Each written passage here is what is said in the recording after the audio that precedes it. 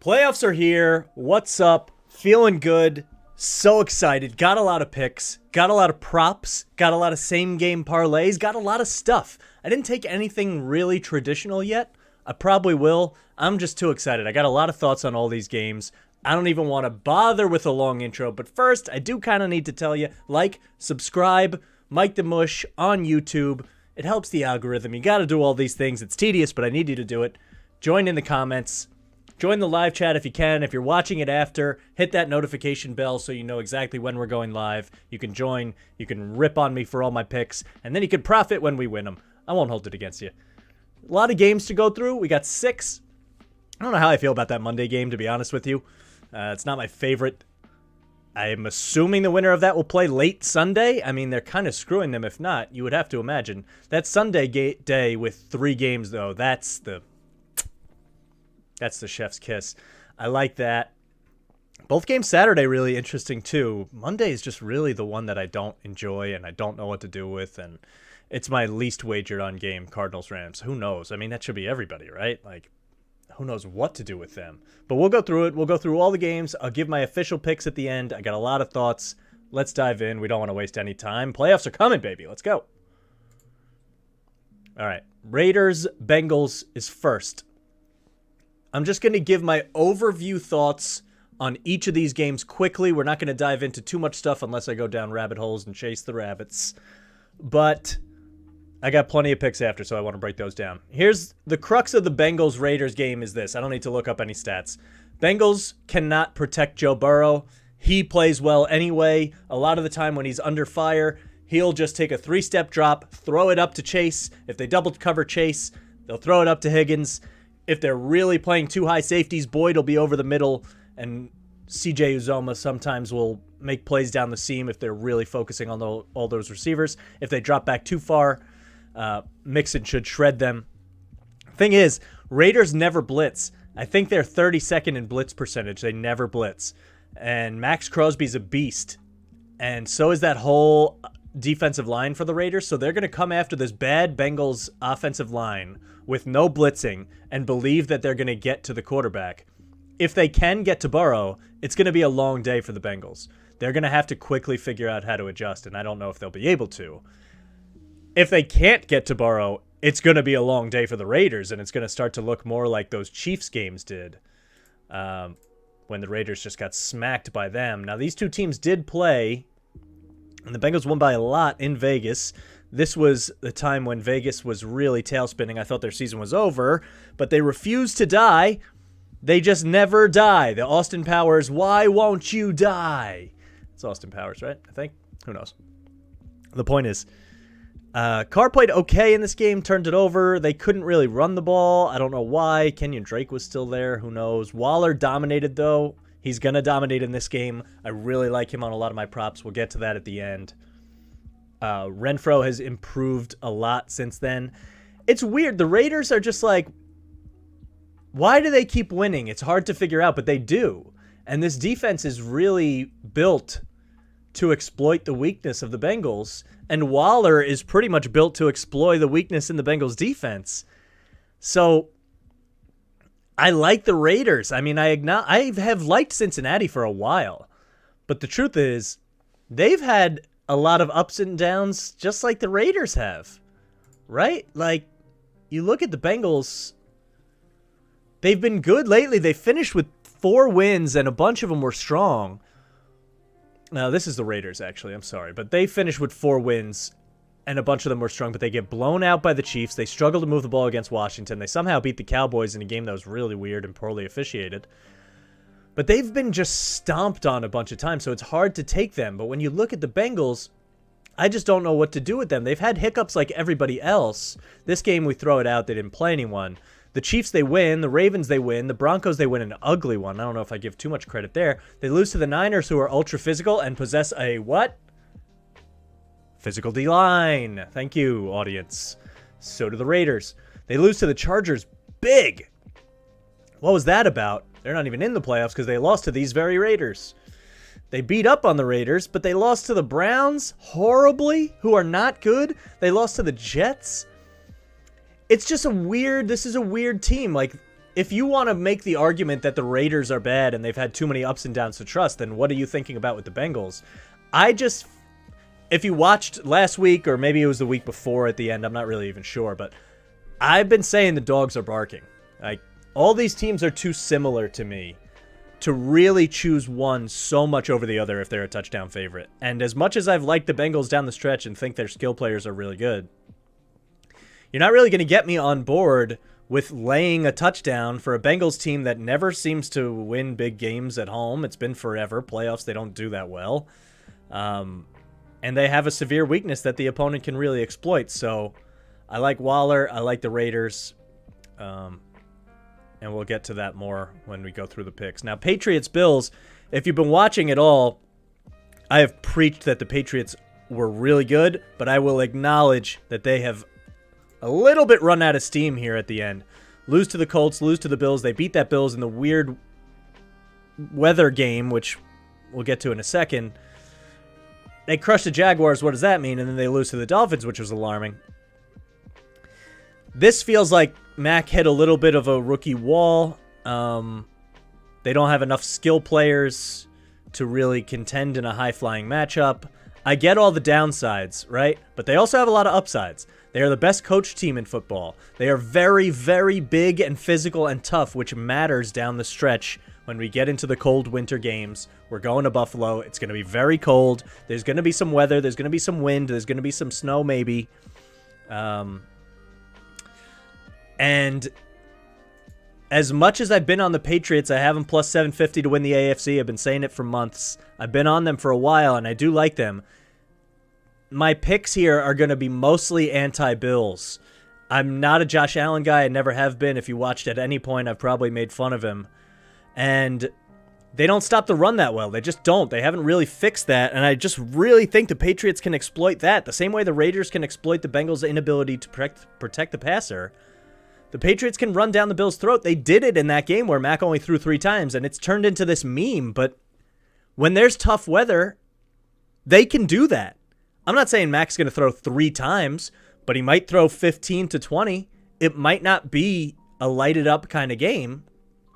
And if they can avoid turnovers by doing that and grind out 4 yards per carry, they're going to get a lot of first downs. They're going to wear the Bills down. The Bills are not a big, physical, tough team.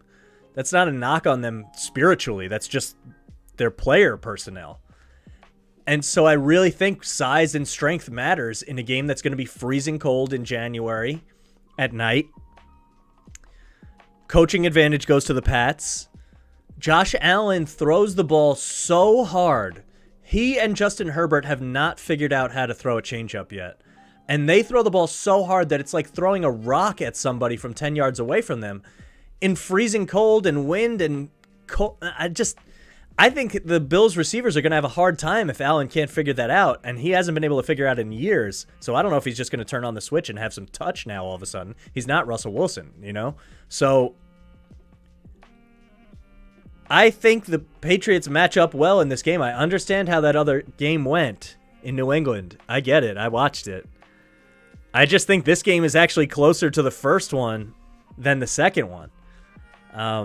If Stephon Diggs can go wild and Josh Allen can throw some catchable balls and not turn the ball over, then the Patriots probably don't have the horses to run in that race, right? Like Nelson Aguilar and Kendrick Bourne aren't going to match up with Stephon Diggs. So I get that. But I love the Patriots to give advantage on the ground on both sides of the ball.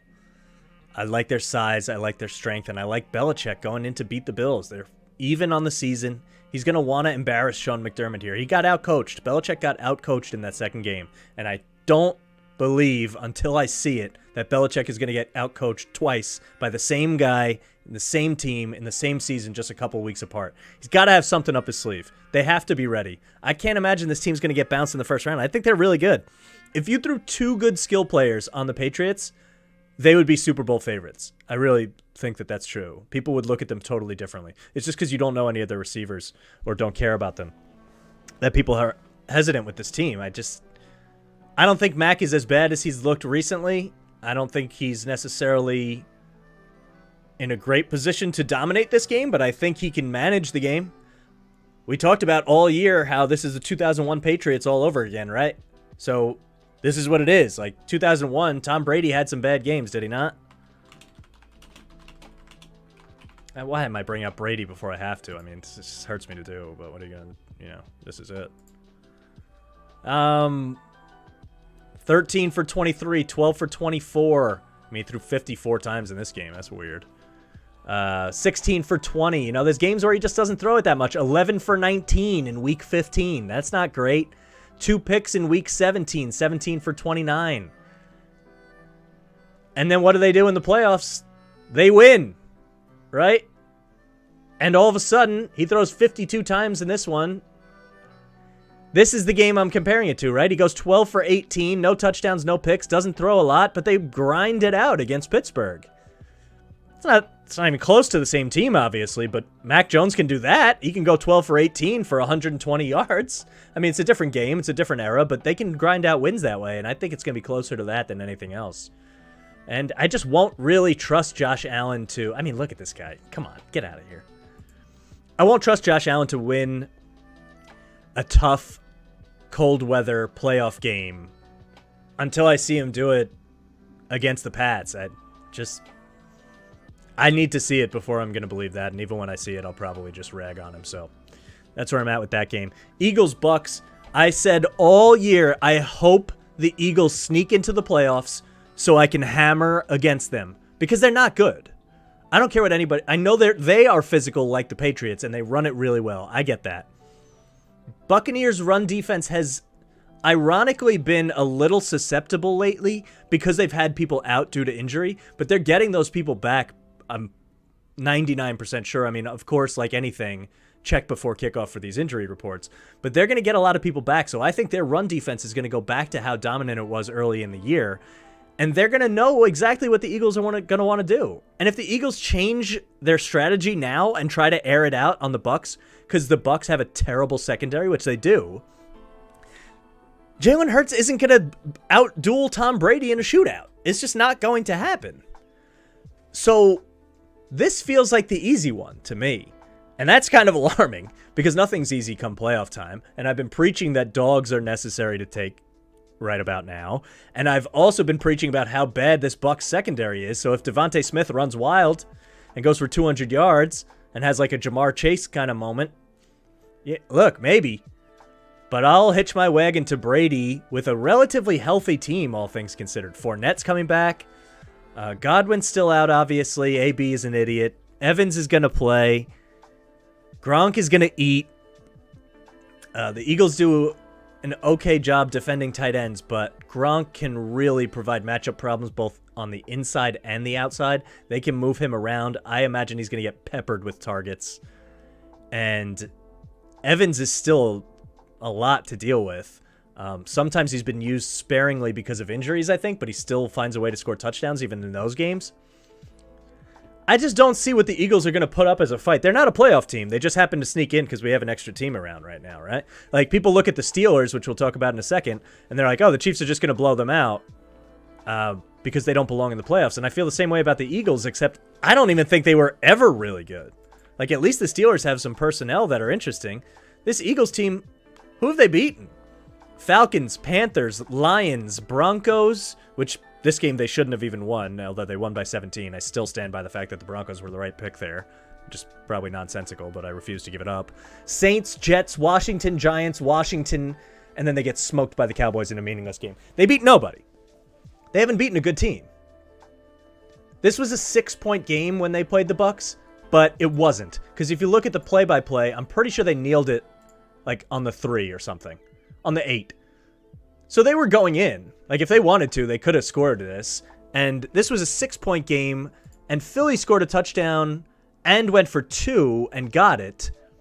So they were down 28-14. So they're down 2 touchdowns in the fourth quarter. Now they get this touchdown, and fair enough. This would have backdoored them on the spread that we have now. But by the way, this was in Philly. Tampa's offense has performed great at home. So they should be pretty rested because, like, Fournette hasn't played in a while. I am under the impression that they wanted to put him on IR, even though he maybe could have played sooner.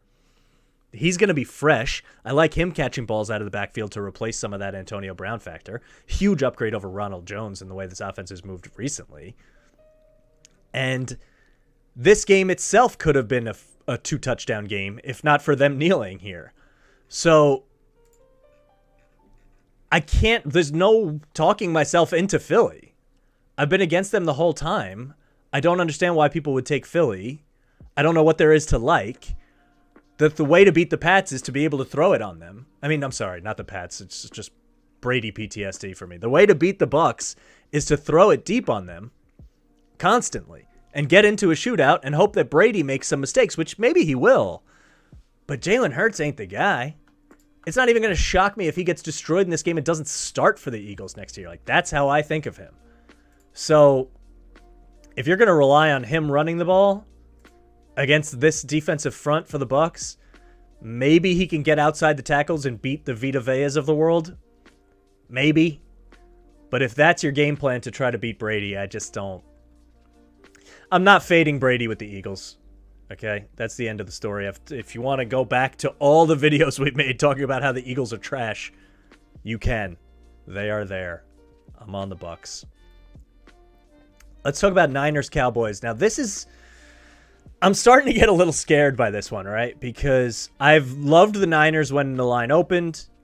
I did make a video about how the Cowboys might have the fewest flaws of any team coming into the playoffs, maybe Packers aside. And I do kind of stand by that. But this is a nightmare matchup for a couple reasons. One, the Cowboys do actually have a flaw, and his name is Mike McCarthy. And while I'm not the biggest Kyle Shanahan guy, he's at least savvy. He will find a way to coach circles around Mike McCarthy.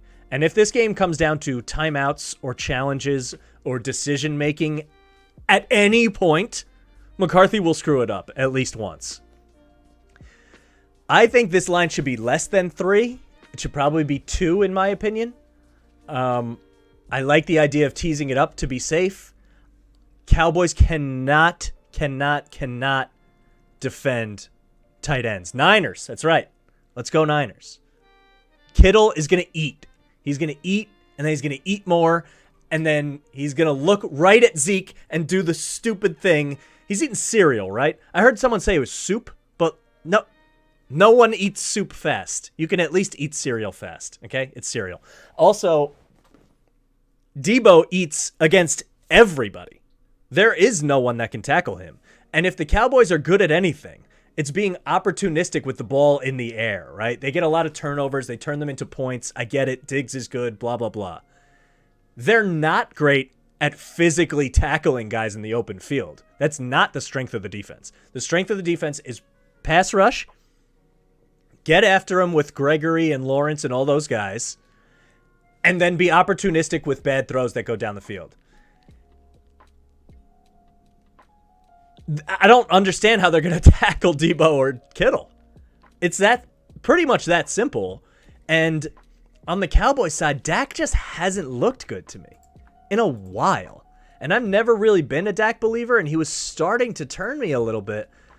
But then, I'm throwing this 5-touchdown game out against Philly because they were playing absolutely no one.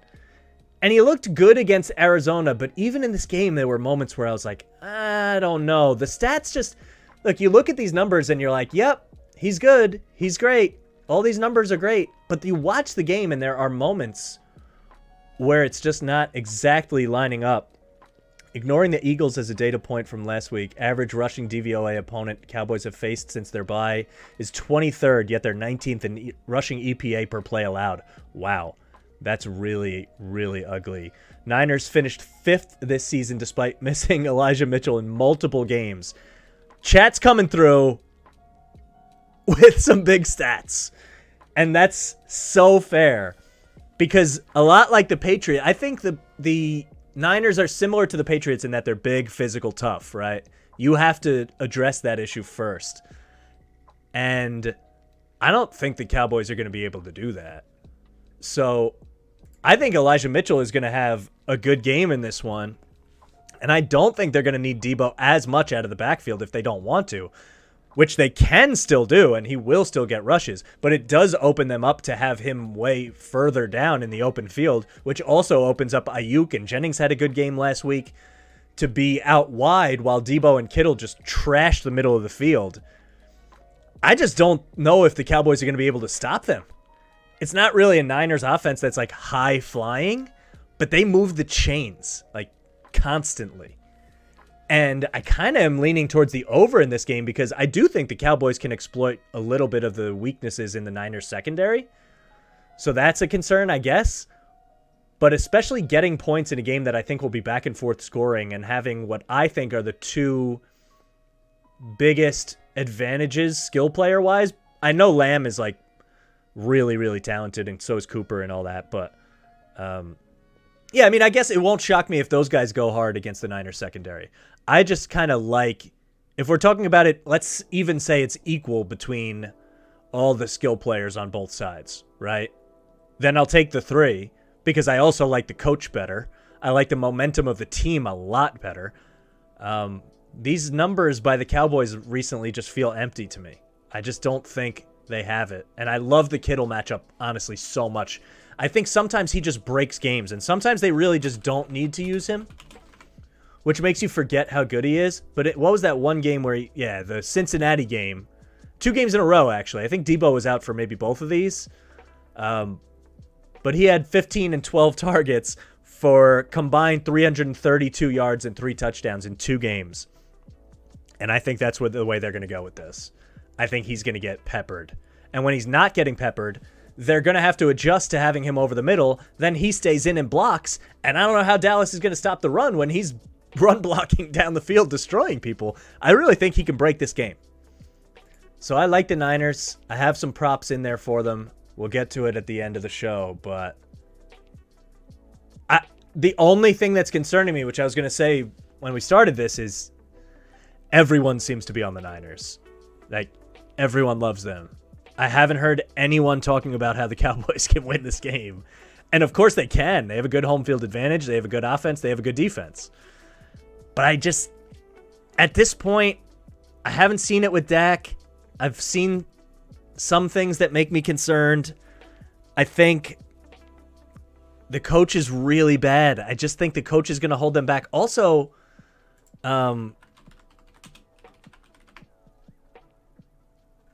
Greg the Leg. I don't know how to spell his last name. It's actually pretty easy. That's why I Googled it. Oh, well, Google has my back anyway. What am I thinking about?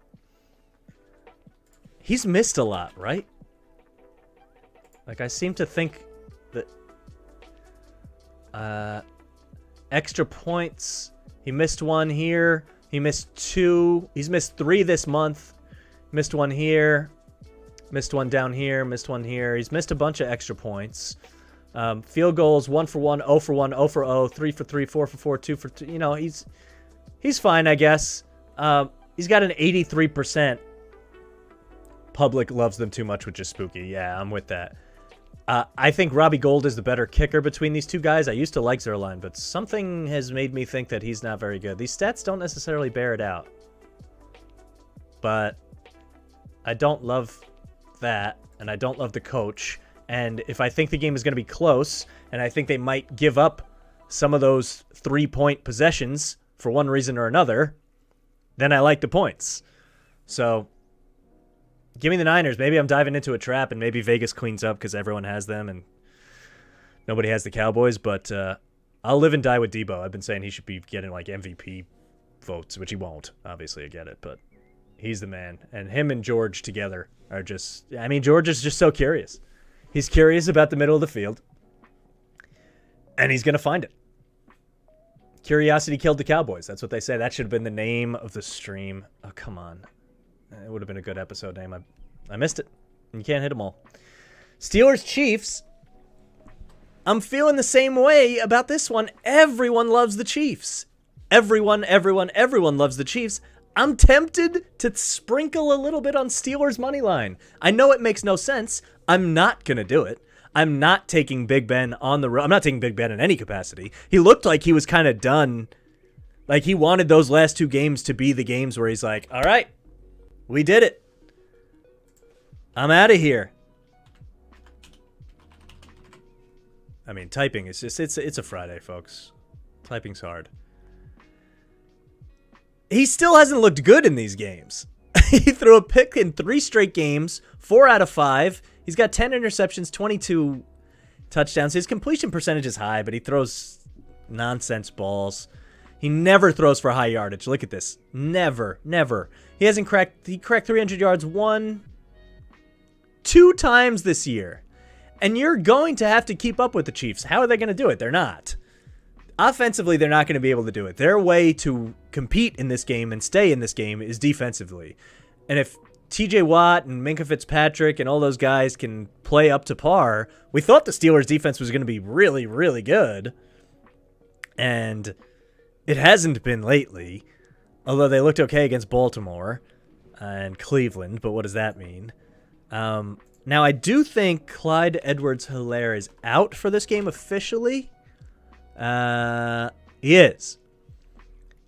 And the Steelers are susceptible to the run, but the Chiefs don't have their starting running back. They haven't looked good running the ball when Helaire isn't in there, and they don't really like to run it to begin with.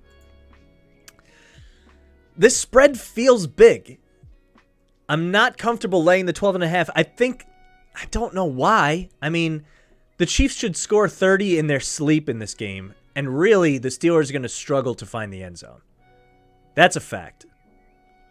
If this was 30-3, I wouldn't be shocked, right? So I'm not betting against the Chiefs. I'm not taking the Steelers. I'm just throwing out the opportunity that when everyone is on a team this much, it scares me. Same as the Niners. So if I'm diving into one trap, I guess I'm diving into both. But I don't like the 12.5. I'll tease the Chiefs down, and I have that in one of my same-game parlays, and I have a couple props that I like with that game. But something about this is freaking me out, and I can't figure out what it is. I think the Steelers are so bad, though. The Steelers are in the same camp of the Eagles. Like, all year, I've been waiting to try to bet against them in the playoffs. Now I'm spooked, because 12.5 is wild, and I've been preaching about how dogs are probably good in the playoffs. I don't know if the Chiefs are as good as they have been the past couple weeks. I don't think they're as bad as they were earlier in the season. It just won't shock me at all if Big Ben is just throwing a million picks, and just looks horrible and goes out with a whimper. Also, what is Yeehaw Field at Arrowhead Stadium? That's a thing? I mean, it's not, Yeehaw! Government Employees Health Association. All right. Yeah, I don't know. I don't know why I'm scared of this, but I am. And I wish I could talk myself heavier into the minus 12.5, but I can't. But I got some props for you. I got a same-game parlay on that one. It's a little wild, but I like it. I guess we'll talk about Cardinals-Rams. Honestly, I don't know what to do with this game. Both these teams seem like they're scuffling to me. I know the Rams went on a decent streak at the end there, despite the loss to the Niners. They had won a bunch of games before that. They beat the Cardinals. They lost to the Cardinals. That was with Hopkins. Hopkins won't play.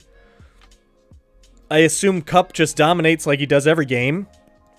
I mean, the question here is Kyler going to run the ball a lot? Because when he does, they're great. Is he going to stay healthy throughout the entire game?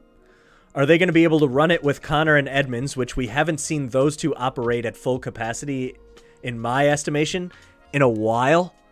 But they need that to succeed. Is Kyler going to be able to get away from Donald in the first place?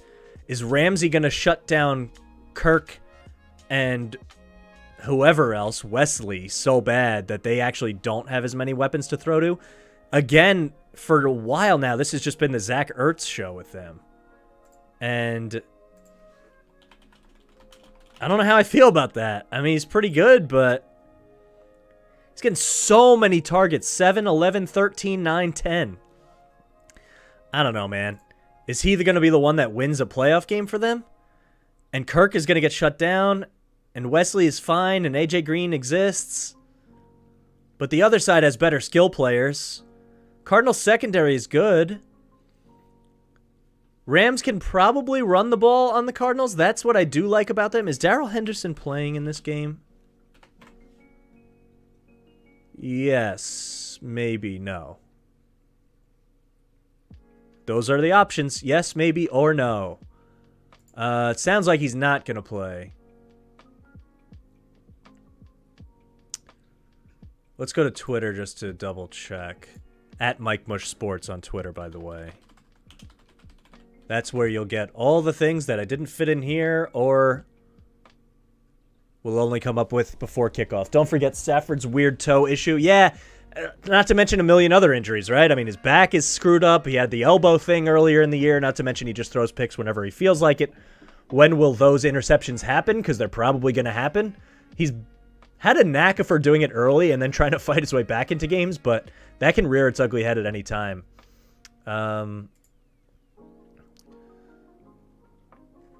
Darrell Henderson, question mark. I feel you, Neil Young. That's the real Neil Young for sure.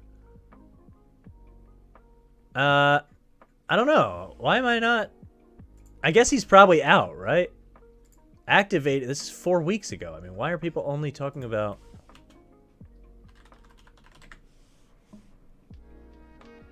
Look, it doesn't matter, right? I don't think he's playing. Let's go...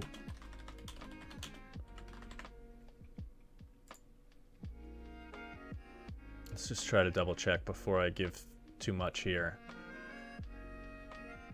Practicing in full, Stafford with the toe injury. I mean, it exists, though. Jordan Fuller out for the season. That's a tough one. 20th ranked safety in the NFL, which is pretty good, considering there's 2 safeties on each team. Depth chart. Henderson is on the IR, so won't play. But they did get Cam Akers back, and I actually think the Sony Michel Cam Akers is better than anything Henderson was going to offer you in the first place. I still like Van Jefferson and Odell and Kupp probably better at this point than the Hopkins-less other side. I don't know, man. This game is just weird. It's just a weird game. They've seen each other. They're division rivals. They've beaten each other already. They both have injury concerns. Both quarterbacks are up and down and elite when they want to be and not when they don't. I don't have a good feel. I'll just be honest. I'm staying away from this one as much as I possibly can. Stafford hasn't once seemed like he's up to the pressure of playing on a team that matters, in my opinion. Maybe. Has he played in the playoffs? I know Derek Carr hasn't. We didn't talk about that. But I think he'll be fired up. That's another reason why I like them. I think he's going to be motivated for that reason. And you could play that both ways, right? Like, you could say that Stafford's going to get up for this game because finally he's like, oh my God, I can finally go try to win a Super Bowl. Wow, I don't think he has played in the playoffs. I mean, he played for the Lions, so of course that makes sense. But it's weird to think about. So I don't know which way that cuts, right? I mean, maybe that's good for him. He gets fired up. He plays through the injuries. Adrenaline takes over. Maybe that's bad because he's not up for the moment. All these things I just don't have a good feel for, and I don't know. That probably won't stop me from putting some kind of boosted parlay on the game or something weird, but if you have a good lean for this one, let me know at Mike Mush Sports because I cannot figure it out. I would lean Rams to squeak one out, I guess, just because I like Kupp, Ramsey, Donald, and honestly, I like Sony Michel and Cam Akers just as much as I like Connor and Edmonds. That might be a stretch, but I feel that way. And so if I like all their skill players better on both sides of the ball, I think McVay is a much better coach than Cliff Kingsbury. And Kyler, I just never know how healthy he is, and I like the Cardinals. I really like them on a normal basis, just as a fan. But there's too many strikes against them, so I guess, water gun to head, give me the Rams for a small victory, which leads us right into the official picks for the weekend. Wildcard weekend. Here's what we got. There's a lot, so get ready. Let's go through props first. These are just single props that I really like. First one is Chiefs to win. Okay, so I'm comfortable with them to win. I don't know about laying the 12.5. Chiefs to win plus Tyreek Hill over 99.5 receiving yards. those odds are plus 360, and some of these are different on different books. I'm getting a lot of these from Caesars, which has some really cool boosted options so far. It's legal in New York. Depending on where you are, your book might have some different stuff. This is what I'm finding. But if you parlay stuff together, you should come pretty close to all these odds anyway. So Chiefs to win plus Tyreek Hill to get 100 receiving yards. He's a threat for 100 receiving yards even in bad games. And the 360 odds is just ridiculous to me, so I like that one. Also, I'm taking Patrick Mahomes' most passing yards of Wildcard Weekend at plus 500. I don't know who's really going to get in his way here, right? I mean, Burrow maybe if he doesn't feel the pressure from the Raiders, but I think he will. We'll get to that in a second. I don't think Allen or Mac Jones are going to be on that list. Brady, maybe. Jalen Hurts, definitely not. I don't think Jimmy Garoppolo will do it. Dak Prescott, I guess, maybe, if the Niners secondary really implodes. And then you got Mahomes. It's not going to be Big Ben. And it would surprise me if Kyler or Matt Stafford out through Mahomes. So you're getting plus 500 odds for Mahomes' most passing yards of Wildcard Weekend, and that seems like a no-brainer to me. Another leader of Wildcard Weekend, Damien Harris, most rushing yards of Wildcard Weekend. This one, admittedly, is a little more wild, but it's plus 1,300 odds. And I know the Bills can't stop the run that well. And I really like Damien Harris. And it won't shock me if he has a game that puts them on the map in a big way. And it's like, oh, Damien Harris is a stud. Because I think he is. So I don't think it'll be Jacobs. I think Mixon has a chance to rival that. I don't think any of the Bills running backs. The Eagles run the ball very well, but the Bucs run D is too good. I think Fournette will be too involved in the passing game to be the leading rusher of the week, although it's possible, I guess. Niners split the carries a little too much. I don't think Elijah Mitchell will get that kind of workload. Cowboys split between Zeke and Pollard, and Zeke just hasn't looked ultimately healthy, and I think the Niners run D is too good. Steelers, Chiefs, they won't run the ball enough. And Cardinals, Rams, I don't think they'll run the ball enough. I really think there's good odds for this one. Plus 1,300 is ridiculous. I would take a gander at it at like plus 800. So I think we're getting really good odds here. Another prop, this one is for teams to win, but we talked about how I kind of like the Raiders and I kind of like the Pats. And if you can get Raiders plus Pats to win at plus 800 boosted odds on Caesars. This isn't a Caesars commercial. I actually like the FanDuel Sportsbook probably more. But Caesars does offer a lot of cool boosts, so check that out. Or whatever book you're using will have boosted odds and cool stuff for Wildcard Weekend, I'm sure. This is the one I found, and Raiders plus Pats at plus 800 to me is just... I definitely think both those could win as dogs. So it's worth a flyer. And then the last prop style one I took, aside from same game parlays, which have a lot of props in them, which we'll get to in a second, is Rams to win by 1 to 6 points against the Cardinals. Now, I just explained forever how I don't love this game. However, I'm getting plus 300 odds on that, and I don't think the Rams are going to blow them out. For all the reasons that I stated, I think this game will remain relatively close, and because of that, I'll take the team I think will probably edge out a win in a close game at plus 300 odds. That's exactly where the spread is. I'm just going to trust Vegas. Spread is at 4. If they nail it, we get plus 300. And Vegas nails it more often than I know what I'm doing. So let's just trust them, right? So that's where we're at with props. Chiefs to win plus Tyreek at plus 360. Mahomes, most passing yards of Wildcard Weekend plus 500. Harris, most rushing yards of Wildcard Weekend plus 1,300. Raiders plus Pats.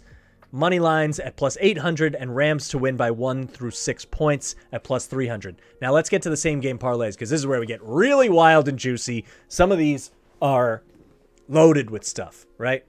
And I have one for each of the games, except for the Rams, because like I said, I don't know what to do with them. Let's go to the Chiefs game first.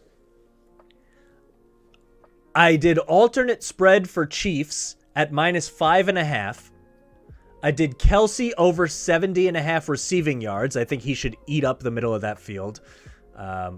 He just always does. 70.5 seems like a weird line. I mean, in a game where they need it, he could get 200 yards if he felt like it. Big Ben under 1.5 passing touchdowns. I would take that at any time against any opponent on any week in 2022. 2021 also. Probably 2020 also, let's be honest. Although he was pretty sure he was injured that year.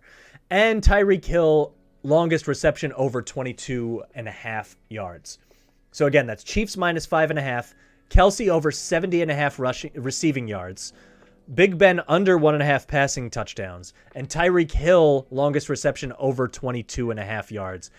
Parlay all those together in the same game, you get plus 650. And none of them seem really hard to get. So I like that one a lot when it comes to the Chiefs. The Hill over 100 Chiefs win parlay is crazy value. What is just Reek's over odds on his own? Foregone conclusion, Chiefs win, so that's free value. Yeah, I mean, you're right, and that's why I took it. Although, foregone conclusion to win, I'm starting to question myself a little bit. Just because everyone has the Chiefs, the only reason I'm questioning the Chiefs, and I took them money line to win in that prop you're referring to in the chat, and I took them minus 5.5 in this same game parlay that we just talked about, and, you know, I'm on them. I just know that Vegas will clean up if the Chiefs lose, so I'm scared of that a little bit, but I'm with you. The odds are ridiculous. And plus 650 on that same game parlay that we just lined up. I love that. Let's go to the Niners. I have a same game parlay for them as well. It starts with Niners plus 7.5 on the alt spread.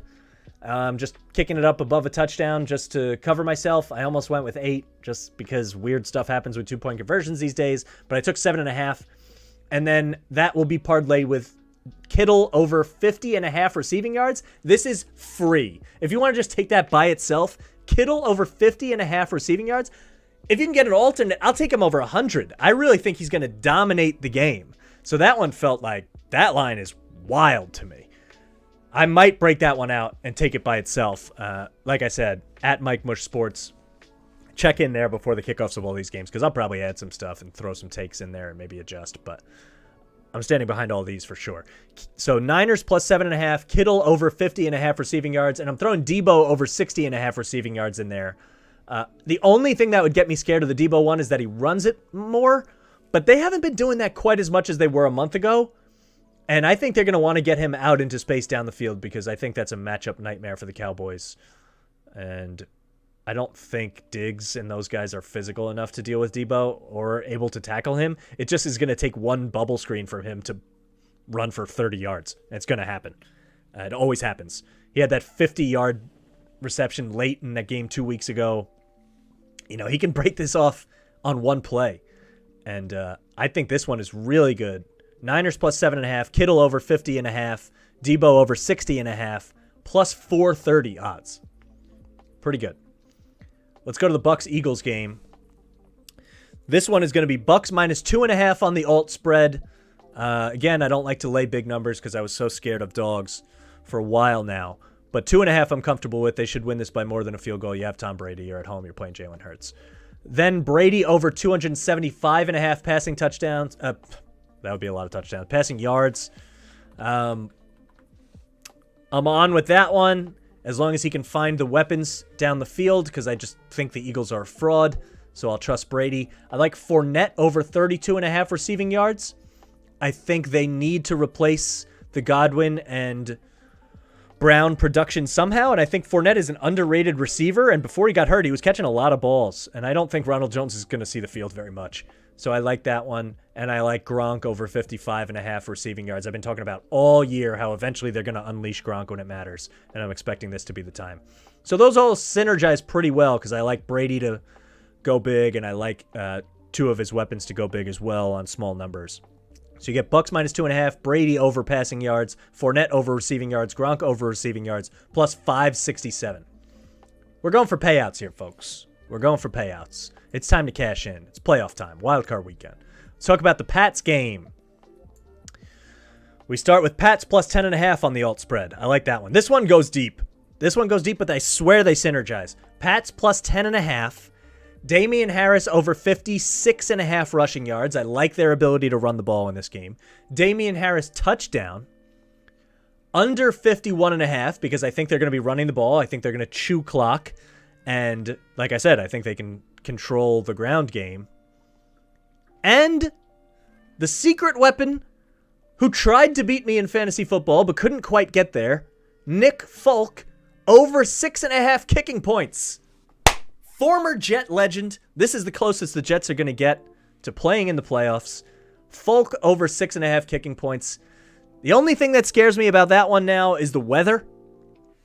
That's going to be a little rough.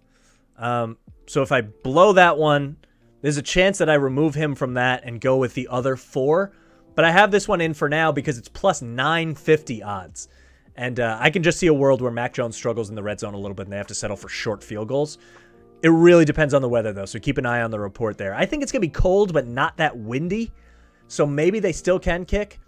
In any case, I like the Harris props, the yardage, and the touchdowns. I like the Pats with big points on the alt spread, and I like the under, and those two synergize pretty well. So even if you wanted to break Falk out of that one, I think those 4 are still probably good at really high odds, but if you put Falk in, you get plus 950. Think about that one. And then my favorite one probably at shorter odds, and I kept this one relatively simple. In the Raiders game, I'm taking another alt spread, Raiders plus 10.5. Waller over 59.5 receiving yards. That's another one. The tight ends I just love this week. Gronk, Waller, Kelsey, and Kittle. I like them all. Kelsey probably the least of the 4, but Waller I think is a matchup nightmare. I think he wasn't fully healthy last week. I think he tried to gut it out. He had 9 targets but only 2 catches. That won't happen very much. If he catches 7 of those balls, his line looks a lot different. So I think Waller keeps them in it. That's why I like Waller over the 60. I like the Raiders plus 10.5. And if I'm right about the Raiders, it means that they are going to need to pressure Burrow in a big way, force sacks, which force punts, even if they're not turnovers, which leads me to an alternate under of 54.5. That's a really high line. It's about as high as I can push it. So I'm taking alt spreads everywhere, but under 54.5 for the game, Raiders plus 10.5, and Waller over receiving yards gets you plus 282 still. The odds are still really nice, even though those are alt spreads everywhere. So that's what I got. That's a lot of stuff to throw. I understand, but there are some props that I really love in here. Like I said, my favorite ones are the Waller over receiving yards and the Kittle over receiving yards. If you wanted to take anything on the day, I really love those two. I really love the Damien Harris one too. Maybe those are my favorites, I guess. And the Chiefs to win plus Tyreek Hill, like we mentioned in the chat. That one's pretty good. Everything I mentioned, I believe in, and I will have it on my card. And we may add more. We may have to adjust. Hopefully we don't have any COVID stuff ruining Wildcard weekend. I would hate to see that for a million reasons. It's looking like it's going to be a good slate of games. This is one of the most fun weeks of football season. It probably is the most fun week aside from Super Bowl, because you just get so many games. And I wish we had 3 Saturday, 3 Sunday. We'll break it off into Monday. I don't know when the next show will be. Maybe we'll do a recap on Tuesday instead of Monday, since the week won't be over yet. We'll think about that. Maybe it'll be Wednesday. I don't know. Stay tuned. Hit the subscribe button on the YouTube channel. Hit the like button if you enjoyed this video. Leave a comment. Next time, join live and get in the chat like we did this week. It was fun. And hit the notification bell so you know exactly when I'm going live, so we can talk about the outcome of these games. But catch me on Twitter and Instagram at Mike Mush Sports. Give me a follow on there. Everything helps. I appreciate you watching. Good luck on your picks this week. Hopefully I didn't steer you wrong. I am called Mush for a reason, so if something goes really haywire, I apologize. But we took a lot of positive odds this week. And I'm trying to learn from past mistakes. I don't think I tease favorites too much. And I think I've learned, and I'm going away from it. I'm on dogs now. I'm a dog guy. 2022, woof woof, year of the dog. This season anyway, I really stand by it. And teasing dogs feels much better than teasing favorites. So that was my basis for a lot of these picks. I'm standing by it. I hope we win. I hope you win. I hope you come back so we can celebrate. And good luck. We'll see you then. Peace out.